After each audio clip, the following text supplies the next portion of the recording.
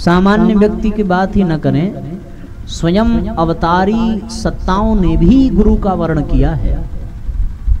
जब भगवान राम बड़े हो गए तो महाराज दशरथ उनको गुरु के आश्रम भेजते हैं और गुरु के पास जाकर के उन्होंने समस्त ज्ञान का अर्जन किया है।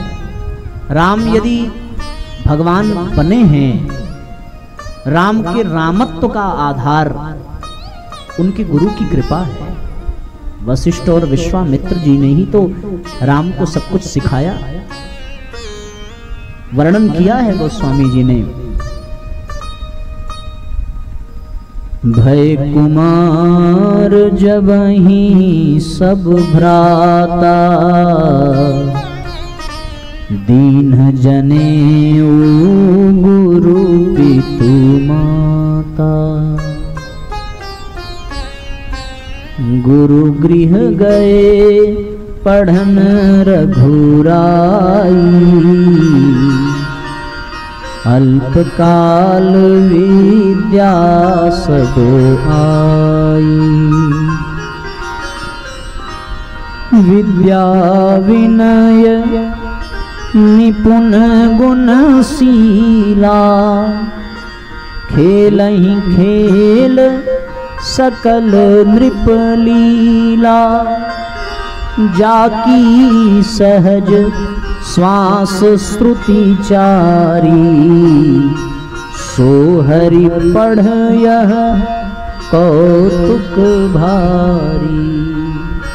जिसके श्वास श्वास में शास्त्र श्रुति वेद भरे पड़े हैं, वो हरि भी पढ़ने की लीला करते हैं। क्यों करते हैं? क्या जरूरत है उनको करने की? इसलिए करते हैं कि वो गुरु की परंपरा का सम्मान करते हैं। उनको गुरु की कृपा से ही जो मिला है वो मिला है। इसलिए साथियों,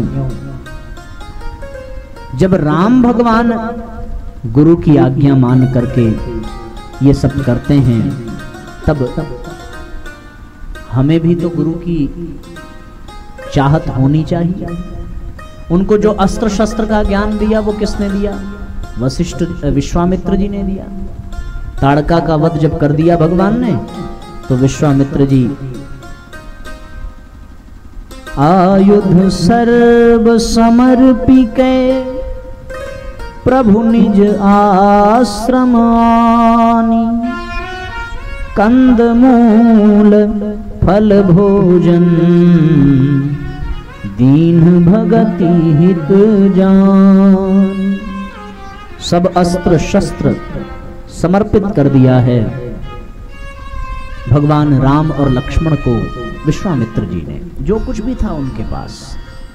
तभी तो वो इतना बड़ा महासंग्राम जीत पाए। फिर अगस्त ऋषि ने भी भगवान राम का मार्गदर्शन किया। इसी प्रकार सांदीपनि ऋषि के आश्रम में जाकर के मात्र 64 दिनों में 64 विद्याओं को अर्जित किया है भगवान कृष्ण ने। परम पूज्य गुरुदेव के भी जीवन में गुरु जी थे, दादा गुरुदेव। पहले तो यही काशी में आकर के पंडित मदन मोहन मालवीय जी से दीक्षा ली, फिर हिमालय वासी दादा गुरुदेव का मार्गदर्शन पाया। कुछ दिन महात्मा गांधी के आश्रम में भी रह करके उन्होंने शिक्षा ग्रहण की। तो जब ऐसी महान महान विभूतियों को गुरु की आवश्यकता पड़ी, तो हम लोगों को भी तो पड़ेगी ही ना। बिना पढ़े कैसे कल्याण होगा? तो केवल ताली बजाने से काम नहीं चलेगा कि गुरु की छाया में शरण जो पा गया उसके जीवन में सुमंगल आ गया। हाँ, जो पाया सो पाया, अब बारी अपनी है। हमें चाहिए कि नहीं चाहिए? क्या जीवन भर शरीर ही चमकाना है? जीवन का भी तो श्रृंगार जरूरी है ना। एक दिन तो जाना ही पड़ेगा छोड़ करके, तो वहां जाएंगे तो कैसे मुंह दिखाएंगे? गुरु की कृपा होगी तो गुरु, लिखा है कबीरदास जी ने कि गुरु बिन भव निधि तरय न कोई, जो बिरंच शंकर सम होई। ब्रह्मा विष्णु महेश भी अगर अपना उद्धार चाहते हैं तो बिना गुरु के उनका भी उद्धार हो नहीं सकता। ये गुरु की परंपरा भगवान ने ही बनाई है, बल्कि आप यूं कह सकते हैं कि भगवान ही गुरु के रूप में जीवन में आते हैं, ये जान लिया। पर एक बात मैं आपसे कहूं, गुरु और सदगुरु में आजकल अंतर हो गया है। आजकल तो आपको गुरु इतने मिल जाएंगे, इतने मिल जाएंगे, इतने मिल जाएंगे कि उतने चेले नहीं मिलेंगे। हाँ, पर सदगुरु मिलेगा कि नहीं मिलेगा ये पात्रता की बात है। गुरु तो हर कदम पे मिल जाएंगे। पान की दुकान पे आप चले जाइए, आपको वहीं एक गुरु मिल जाएंगे। का गुरु का हाल चाल बा? हाँ, एक गुरु वहीं मिल जाएंगे। घाट पे चले जाइए, गुरु कमंडल लेके आपके पीछे पीछे दौड़ पड़ेंगे कि हमसे पूजा करा लो, हमसे कथा सुन लो, हमसे हई कर लो, हऊ कर लो। इतना गुरु है इस दुनिया में। हाँ, पर सदगुरु की बात कुछ और होती है। गुरु और सदगुरु में अंतर होता है। गुरु आपके पीछे भागेगा कि हमको गुरु बना लो, पर सदगुरु ये नहीं कहता कि हमको गुरु बना लो। सदगुरु हमको शिष्य बना देता है, वो हमारी पात्रता का विकास करता है। गुरु कोई व्यक्ति हो सकता है, सदगुरु कोई व्यक्ति नहीं, सदगुरु शक्ति होता है। गुरु एक जन्म में साथ देगा जब तक शरीर रहेगा, पर सदगुरु जन्म जन्मांतर का साथी होता है। गुरु कान फूंकता है, सदगुरु प्राण फूंकता है। गुरु बनेगा तो अपना काम कराएगा, पर सदगुरु भगवान का काम कराते हैं। गुरु मांगेगा, सदगुरु मांगता नहीं है, सदगुरु देता है। कहो, पूज्य गुरुदेव ने हम लोगों से आज तक कुछ मांगा क्या? जो मांगा उसमें हमारा ही भला है। एक मुट्ठी अनाज, 1 रुपया रोज। आजकल का कोई गुरु हो तो ऐसा मांगेगा?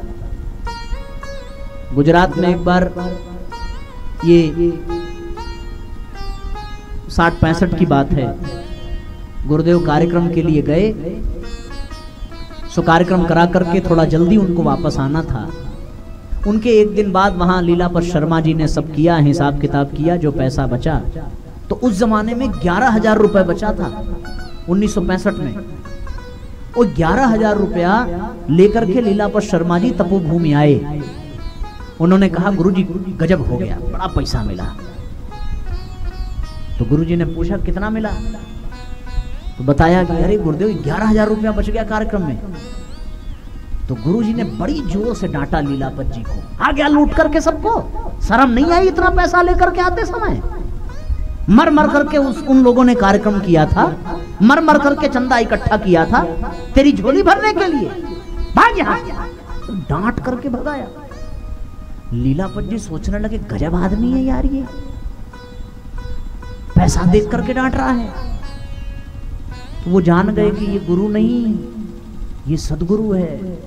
और फिर गुरुजी ने पैसा भिजवाया वहां के कार्यकर्ताओं को कि तुम लोग यहाँ के काम में इसको लगाओ और कार्यक्रम करो। बोलो, ऐसा कोई गुरु हो सकता है?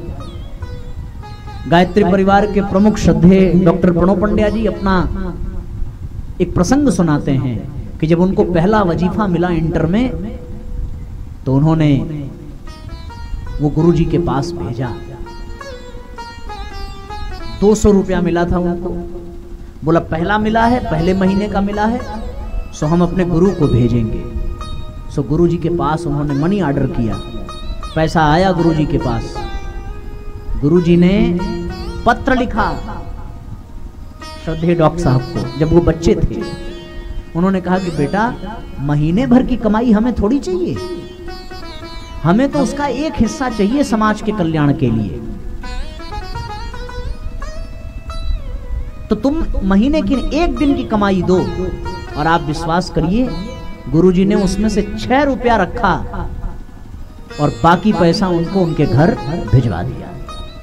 ये कौन कर सकता है? ये गुरु नहीं कर सकता, ये सदगुरु करता है। हम लोगों का सौभाग्य है कि हम लोग सदगुरु से जुड़े हैं। गुरु तो मांग मांग के आपको एकदम कंगाल कर देगा, पर सदगुरु दे दे करके भैया कंगाल नहीं निहाल कर देता है, ये जान लेना। आप सामान्य गुरु से मिलिए तो वो सामान्य गुरु आपके जीवन में आए दिन कोई ना कोई बवाल किए रहेगा कि हई ग्रह नहीं चल रहा है ठीक से, तो राहु इधर भाग रहा है, तो केतु वहां खड़ा है, तो बुध इधर मुंह बना करके बैठा है, ये पूजा कराओ, ऐसे करो वैसे करो। गुरुजी ने कहा कि सब बंद, जितने ग्रह नक्षत्र हैं उनके राजा सूर्य की उपासना करो, बस सब ठीक हो जाएगा। सदगुरु ऐसे करता है। गुरु और सदगुरु में अंतर है कि नहीं है? सदगुरु कण कण में है जो हम सब लोगों को मिले हैं। और मैं आपको एक गजब की बात बताऊं, शायद आपको न पता हो,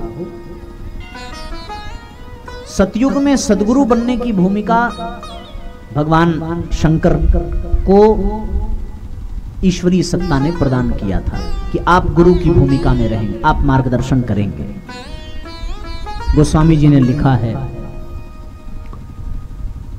तुम त्रिभुवन गुरु वेद बखाना, तुम त्रिभुवन गुरु वेद बखाना, आन जीव पामर का जाना, आन जीव पामर का जाना।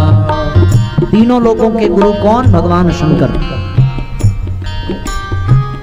तो भगवान शंकर ने ऐसे तो सबका मार्गदर्शन किया है, पर चेला किसको बनाया? केवल 2 लोगों को बनाया।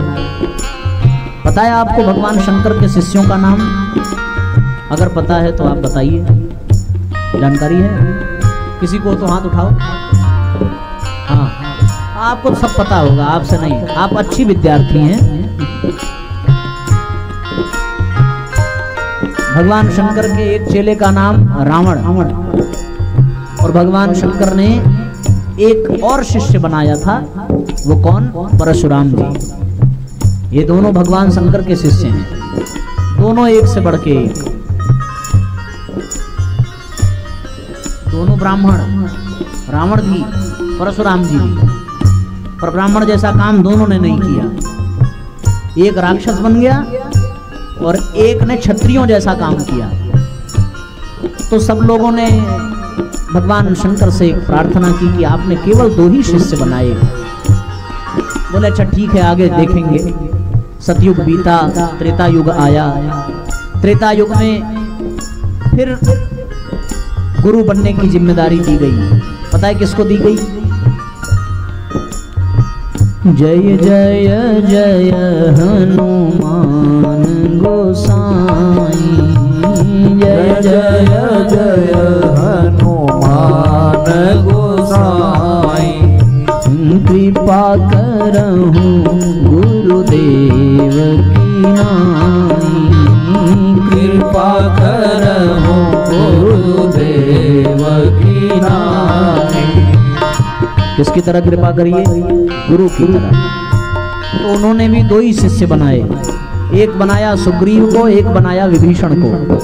जिसको बनाया उसको राम से मिलाया। त्रेता युग बीता, द्वापर युग आया। द्वापर युग में कौन बने? जगत गुरु। हो कृष्णं द्वैपायनं वंदे, कृष्णं वंदे पृथासुतं,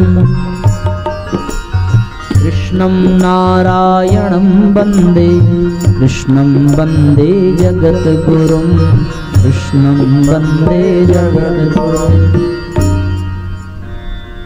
पर कृष्ण अवतार में भी 2 को ही शिष्य बनाया। किसको बनाया? एक बनाया अर्जुन को और एक बनाया उद्धव को। 2 शिष्य भगवान कृष्ण के, और कोई नहीं। तो सब लोगों ने भगवान से शिकायत की कि हर बार अवतारी सत्ता के रूप में आते हैं, गुरु की भूमिका निभाते हैं, और चेला केवल 2 बनाते हैं। बाकी लोगों से क्या दुश्मनी है भाई? बाकी लोगों का कैसे उद्धार होगा? तो भगवान भी सुन सुन करके शिकायत थक गए थे।